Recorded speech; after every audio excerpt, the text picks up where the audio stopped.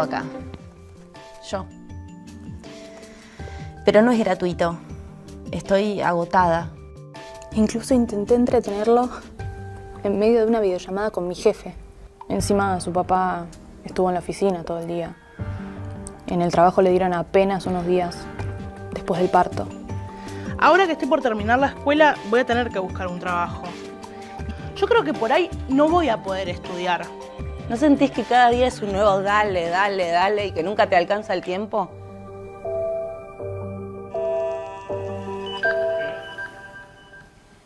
Chicos, cuando quieran preguntar, mándense, pregunten lo que quieran, es su espacio, es su momento. Arranco yo con Delfina para que me cuente acerca de las políticas y ustedes a preguntar. Don Santimio, ya están presentados todos, sus cargos. Delfina, a ver, me gustaría ahondar un poco más detalladamente cómo serían estas políticas.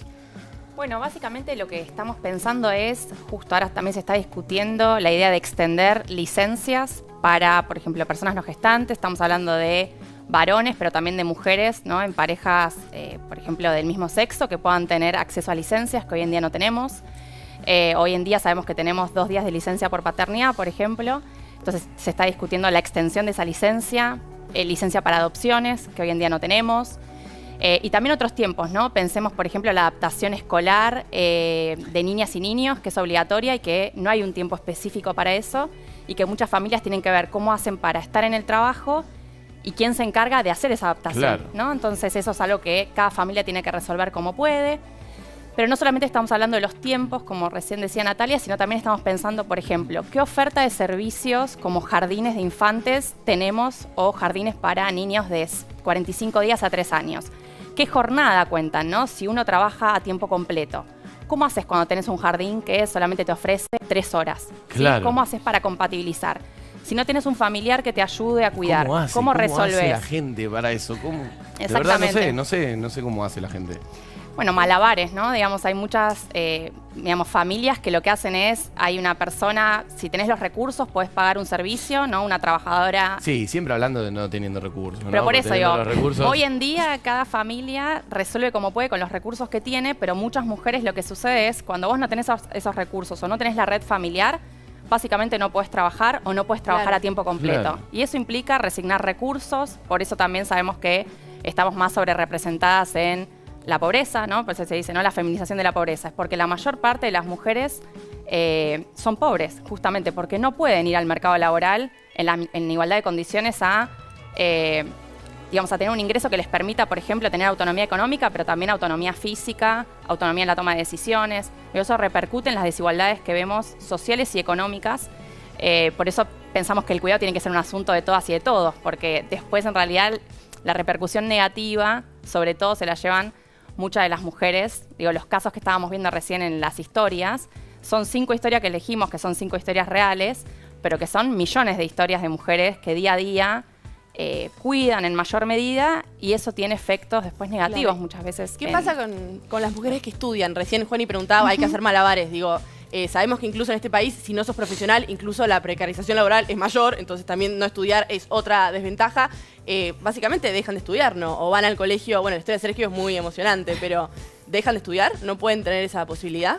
Y en realidad, investigaron ustedes? Claro, en realidad cuando ves después índices de los famosos nini, ¿no? Que en realidad no son personas que ni trabajan ni estudian, muchas veces son las mujeres que no trabajan y no estudian, en realidad sí están trabajando muchas veces en sus hogares, claro, cuidando, digamos, como el caso de Perla que nos contaba, que era la hermana mayor que cuidaba a sus hermanitos. Y lo que dice es, yo no sé si voy a poder estudiar, porque en realidad estoy cuidando a mis hermanos porque mi mamá está trabajando.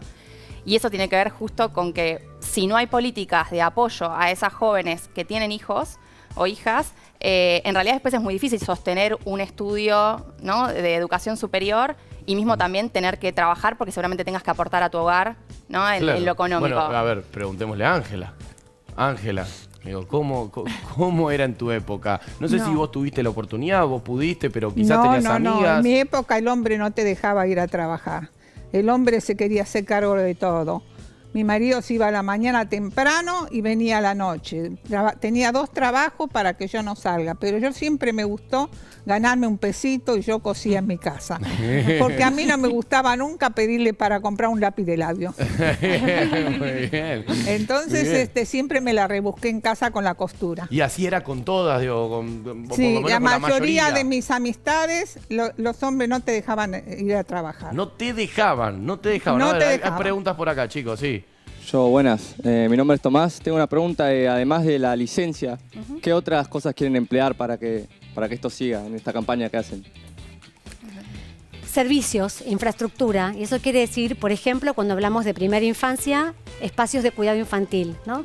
Que pueden ser espacios comunitarios o jardines maternales, como se llaman, o jardines de infantes.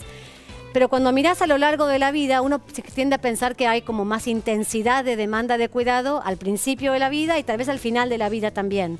Pero la verdad es que niños, niñas en edad escolar en general y hasta la secundaria necesitan estar contenidos en algunos espacios, porque de lo contrario están solos, solas en la calle. ¿Dónde están? Para eso la idea de las jornadas escolares extendidas también es muy importante. No es que las escuelas cuiden, pero las escuelas son el espacio en que las familias depositamos la confianza para que los chicos y chicas estén mientras podemos hacer otras cosas. Florencia, vos fuiste mamá Sí. a los 17 en Sí. una edad plena escolar, o sea, fin de la Quinto secundaria. año. Quinto año, claro. Exacto, sí. ¿Cómo fue esa experiencia? ¿Fue buena, mala? ¿Tuvo buenas cosas, malas cosas? Al principio no quería saber nada. Por suerte, igual mi familia me apoyó en todo momento, entonces no es que tuve trabas, no tuve que dejar los estudios, no tuve que salir a trabajar, esas cosas no sucedieron. Me siento una privilegiada por eso, en parte. Y el padre lo mismo, los dos estábamos en quinto y bueno, decidimos hacernos cargo, tenerla. Y una vez que él terminó de estudiar, se puso a trabajar y yo lo mismo, pero siempre yo trabajé medio tiempo. ¿En el colegio? Claro. Yo siempre trabajé medio tiempo porque mi objetivo era seguir estudiando. Arranqué la facultad a los 2 años de mora más o menos, porque decidí esperar el tiempo de que los bebés toman la teta, etcétera, Claro. necesitan mayor cuidado. Y en la pandemia decidí dejar también por esto de que yo estaba trabajando en mi casa, las clases virtuales de ella, y el primer mes sobre todo que no se sabía cómo iba a ser. El papá vivía lejos, entonces no había forma de que Mora vaya a la casa, hasta que salieron las Claro. autorizaciones y todo, pero el primer mes fue full madre. Y trabajar, no podía dejar de trabajar, así que resigné la facultad, la puse en pausa. Poneme la foto de Sergio. Poneme la foto de Sergio. Ahí está, mirá. Esta foto, Sergio se hizo viral. Está clarísimo en dónde estás. Estás en un aula. Estás con una beba, ¿no? Sí, sí. En brazos, para que una alumna tuya pueda ir a estudiar, pueda estar en el colegio, pueda estar en clase. Contame esta historia. ¿Cómo fue esto? Sí, la historia ocurrió este año, es una de mis estudiantes. Yo doy clases en el 6º año, último año de secundaria. Se acercó a ella. Venimos de 2 años muy difíciles, producto de la pandemia, de que no pudieron continuar con sus estudios. Entonces, cuando vino la alumna con esta bebé, se decidió acompañarla. La verdad, yo las fotos me enteré cuando comenzó a circular, no me percaté que me la habían tomado. Al principio fue un poco incómodo, pero yo las escuchaba a las chicas que estaban hablando y la verdad que es... ¿Y cómo es la situación de Es la una alumna? cosa más ¿Cómo? de muchas situaciones que nos tocan ver en las escuelas. Veía también la campaña, esto de que muchas veces tienen que cuidar a los hermanitos, de que no pueden estar en la Verdad. escuela por esto mismo. Pero ¿cuál era la situación de esta alumna? Digo, ¿por qué llegó a esta situación de tener que caer con el bebé a clases? Porque tenía que cumplir con su responsabilidad como estudiante y de la escuela. La verdad que se le abrió las puertas, no hubo no fue una problemática. La verdad que cuando apareció la estudiante, se continuó con la actividad. La verdad que el grupo no la problematizamos. No quiero decir que la naturalizamos la situación, pero fue una situación... Está bien, pero no tenía otra opción. Digo, Sí, ¿era bien. llevar a la nena a la clase Sí. o no ir a clase? Sí, de hecho, en verdad tampoco nosotros no, si estaba estudiante ahí, no es el momento para cuestionarla, digamos, de por qué viniste con la alumna, por qué no, o sea, primer momento de no sé si la palabra contenerla, pero sí acompañarla, Por estar supuesto. ahí, hacerla sentir un par y después, bueno, por supuesto, indagar un poco más de por qué está la nena ahí, pero no en mi parte como alumno, como estudiante, de hecho yo... me toca a mí las últimas horas del viernes. O sea, yo cuando fui ya estaba ahí la situación, no me puse a cuestionarla qué hace acá, qué no hace, sino bueno, continuamos con la actividad, los compañeros, de hecho, con total naturalidad. Escuchaba también a las compañeras que decían esto de la importancia de la escuela en su rol de socializar, ¿no? Pero hay algunas escuelas que, por ejemplo, con esta situación le cuestionan que a la alumna que lleve a la hija al colegio, o en general eso no pasa. Por lo menos por suerte, no sé, ojalá que no exista esa escuela, que le cierre la puerta a un alumno, ojalá que no sé, y ojalá espero que no sea así. Tengo manos levantadas en el Zoom. A ver, me voy a Santiago del Estero. Sol, te escuchamos. Sí, chicos, ¿cómo están? Yo quería preguntarles porque ustedes hablaban de la infraestructura relacionada a los centros de desarrollo infantil. ¿No hay actualmente esos centros, no están disponibles para que uno pueda acercar o dejar a su hijo mientras estudia, trabaja o lo que sea? ¿O están proponiendo una extensión de horarios o crear más aún? Sí, en realidad lo que sucede es que si bien existen tanto espacios que dependen del Ministerio de Educación como estos centros de desarrollo infantil que vos mencionás, la realidad es que son insuficientes, es decir, no cubren la demanda que existe. Entonces, la cobertura, sobre todo de 45 días a 3 años, es donde menos cobertura tenemos.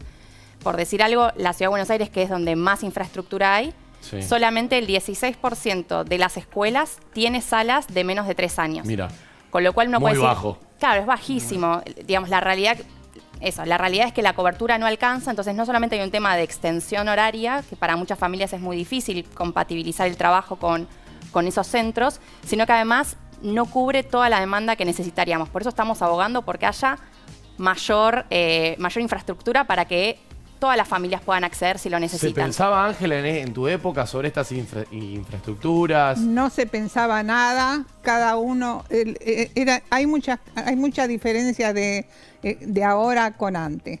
Ahora el hombre ayuda más y todo a la mujer, pero antes no. Antes la mujer se tenía que quedar en la casa y llevar al chico a estudiar. Yo llevé a Esmeralda y Sarmiento a mi hija para estudiar profesora de danza. La tenía que llevar a las 6 de la mañana y volver al mediodía. Era así, Era así, no había otra cosa. O la llevabas o no estudiabas. O sea, tenías un hijo. Te tenías que quedar en casa para completo. criar a tus hijos. Te quedabas ahí, sí o sí. Yo recién salí a la calle cuando mis hijas se independizaron. Tuvieron 18 y se hicieron años. grandes. Preguntas, Faiza, o ¿quién tiene el micrófono? Sí. Quería decir que me parece que algo que también es importante, si me equivoco, corríjanme, que haya una especie de educación o planificación sobre la familia, porque quizás en sus casos, escuchando estas historias de vida, vos quizás tuviste tu hijo o tu hija. Mi hija, sí. Tu hija. Y quizás no querías tenerla en su momento, o fue sin querer, o por la razón que sea, y quizás una especie de planificación familiar para saber quién tiene, qué horarios tienen, planificar el hijo, que obviamente en muchas situaciones no se da porque es muy complicado, pero creo que es una herramienta que se puede agregar en las escuelas y que puede ir de la mano, incluso es más fácil que las leyes o lo que ustedes plantean. Bueno, se llama educación sexual integral. Aparte, una es la educación sexual integral y otra es una educación tipo financiera, ponerle a ver si se puede mantener al hijo, si hay que salir a trabajar 8 horas en vez de 4. Pero esas son decisiones personales también que tienen que ver, son decisiones que tienen que ver con el plan de vida de cada quien y cada uno decide cómo organiza su vida personal, familiar y hasta reproductiva de acuerdo a los planes e intereses y deseos de cada quien y todas las decisiones son válidas. Lo importante es tener información para hacerlo. Respecto de la decisión... De comer, por ejemplo. O sea, cada uno después si le quiere dar gusto, llevarlo a un colegio privado o otra cosa, pero... sí, pero saber más allá de la situación personal de cada quien y que hay una enorme variedad de situaciones, de lo que estamos hablando cuando hablamos de políticas de cuidado es qué infraestructura, qué políticas dispone el Estado para que las personas después puedan elegir cómo organizar su vida cotidiana. En el caso de las escuelas, y perdón que vuelvo sobre eso un poquito, es frente al tema de la maternidad adolescente, la maternidad y la paternidad adolescente, pero lo cierto es que la llegada de un hijo o una hija recae más en las adolescentes que en los adolescentes, y el impacto de eso recae más en ellas que en ellos. Hace bastante tiempo ya que hay una disposición que establece que no corresponde penalizar de ninguna manera a un adolescente por la maternidad mientras es estudiante. Sí. Entonces puede continuar, no pierde la regularidad, etcétera. Pero además de eso, algunas escuelas, y son muy pocas, tienen además espacios de cuidado infantil dentro de la escuela para que las jóvenes puedan seguir yendo a clase. Este 16% que decía recién. No, eso es además un centro de cuidado infantil es otra externo cosa aparte. al que puedo llevar yo a mi hijo. ¿Porcentaje tenés? No, pero debe ser tan chiquito, mirá, que preguntémosle al Ministerio de Educación de la Nación, pero ya estaría vamos a estar repasando algunas estadísticas que tiene Inés en minutos nomás, algunos datos, algunas comparaciones entre hombres y mujeres para que te des una idea de cómo es justamente esta realidad que están contando las chicas. Vamos a La Pampa, vamos con Nieves, que está con un atardecer hermoso allí. Te escuchamos, Nieves. Chicos, ¿cómo andan? Sí, ¿viste? En La Pampa dicen que tenemos los mejores atardeceres. Muy bien. Así que se los mostré. Mi pregunta es también algo vinculado más a lo personal. Yo tengo a mi hermana que ella, está maternando 2 niños y ella trabajó toda su vida y hoy dejó de trabajar para criarlos, ¿no? Es una elección propia, personal, y ella siente que es como hay un prejuicio hoy en día, a diferencia de antes, porque ahora la mujer es la que tiene que trabajar, la que tiene que llevar la casa. ¿Ustedes lo sienten así también? Sí, Delphi. Sí, en realidad yo creo que, creo que sí las mujeres nos hemos insertado masivamente al trabajo y hay una idea de, justo, ¿no? Que tenemos que tener la igualdad de oportunidades de poder trabajar, de poder estudiar, y que sí ha habido un cambio cultural en ese sentido. Y me parece que igual lo que estamos intentando, digamos, impulsar y exigir es que tengamos las oportunidades. Es decir, si hay familias o hay mujeres que se quieren dedicar a cuidar y dejar de trabajar por un tiempo porque eso es lo que desean, que así lo puedan hacer. Pero quienes no desean hacer eso, que justamente tengan el acceso al servicio. Es decir, que no sea que porque no encuentro cómo resolver el cuidado, entonces yo tengo que dejar de estudiar o tengo que dejar de trabajar. Creo que más bien es decir que haya oportunidades para que las familias se organicen como quieran y no que estén condicionadas a hacer algo que quizás no quieren por la falta de posibilidades de políticas de servicios. Es una realidad que estás marcando, que estás mostrando, e Inés te la va a mostrar en estas placas. Con números, ¿son números, Inés? Son números de estas diferencias, ¿no? Pero antes, para explicar un poquito, la mujer que desea quedarse en la casa, nadie la va a juzgar, digo, si no, no hay que pasarse, ¿no? A decir, bueno, todas tenemos que hacer lo mismo. También dignifica tener esas elecciones, pero la brecha es tan grande que ya creo que estamos hablando de estructuras sociales más que decisiones personales. Así que si quieren, repasamos los datos de las diferencias de las horas y de las estadísticas que ocupan las mujeres y los hombres con respecto a este tema. Sí. Mientras que casi el 20% de las mujeres que no trabajan ni estudian se dedican a las tareas de cuidado, en varones es el 1,2%. Tremendo. O sea, veamos ya la diferencia. Sí. La otra placa, las mujeres les dedican a las tareas de cuidado 39 horas semanales, mientras que los hombres 18 horas. Y la última, que también es interesante por los adolescentes y este programa joven, las niñas y mujeres adolescentes en edad escolar destinan 4 horas diarias a las tareas de cuidado, mientras que los varones de la misma edad lo hacen 1,9 horas. Tremendo. A ver, chicos, antes de continuar con las preguntas, que sé que hay preguntas, ¿eran conscientes de esto? No de si conocían los datos numéricos, pero conscientes de la situación, ¿son conscientes o recién ahora se están enterando?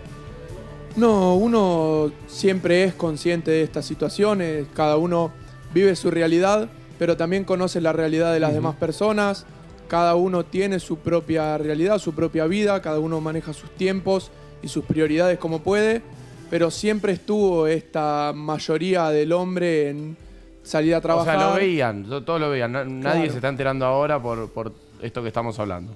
Bien, bien. Micrófono. Ahí está, ahí va. Gracias. Históricamente siempre fue así, el hombre se quedaba en la casa, iba a trabajar y la mujer se encargaba de los hijos. No, la historia de siempre. La historia de siempre, es un debate que para mí que atrasa. Hay preguntas, no sé quién tenía preguntas acá de los chicos, acá, ¿sí? No, que creo que hay algo muy importante que es en el discurso, que a veces se habla mucho de los hombres como qué bueno que los hombres ahora ayudan o aportan, y no pasa por ayudar, es hacer a la par, como que qué bueno que ayudes, pero no se trata de ayudar, se trata de hacer de la misma forma. El ayudar no sirve, no alcanza. Claro, no es una ayuda, Claro. el conjunto, bien. Pregunta, sí. Sí, yo iba a preguntarle a Sergio de en el momento de llevarla, si tenías miedo de que alguien te diga algo, te critique por llevar a tu beba al trabajo. No era de él la beba. Ah, no era de él, no era de él. Claro, era así, que alguien te recrimine algo, que te critique por llevar un bebé al trabajo. El barbijo mal puesto, poner. No, la verdad que no me lo representé. Fue una actitud propia del trabajo y no me lo cuestioné. ¿Y qué pasa si esa beba no estaba ahí? No la tenías vos, no la tenías a UPA o no le daban ese espacio. Y es muy probable que la madre lo tenga a UPA. Si está la nena incómoda, pero bueno, esa era una situación que quizás uno quería evitar porque la madre quizás tenía que hacer una actividad escolar, digamos, y no quizás calmar a la criatura. Entonces, bueno, quizás en ese momento para que la estudiante no desvíe su atención fue la actitud que se tuvo. Yo igual quería agregar, pues estaba escuchando a los chicos como decían y yo, bueno, tengo algunos años de docente y si bien por supuesto los números no los conocía, pero yo estoy viendo, digamos, que por lo menos está en debate, digamos, falta mucho por trabajar, pero como que los estudiantes veo que se están preguntando, que están cuestionando algunas cosas que me parece que están muy buenas, ¿no? Que comiencen a discutirse, a repensarse, a ver estas diferencias que las estoy viendo que se están poniendo por lo menos en discusión, en las aulas. Chicos, y esa justamente es la idea. Se nos hizo cortito el programa el día de hoy, pero por lo menos lo tratamos, lo vimos los números, preguntaron a los chicos, conocimos las historias, así que les agradecemos un montón por haber venido. Fuertes aplausos para todos ustedes. Gran laburo. Y el aplauso más fuerte para Ángela, nuestra columnista número 1, altavoz. Gracias, Angelita. Sos una diosa total. Gracias por haber venido. Gracias, chicos. Muchísimas gracias.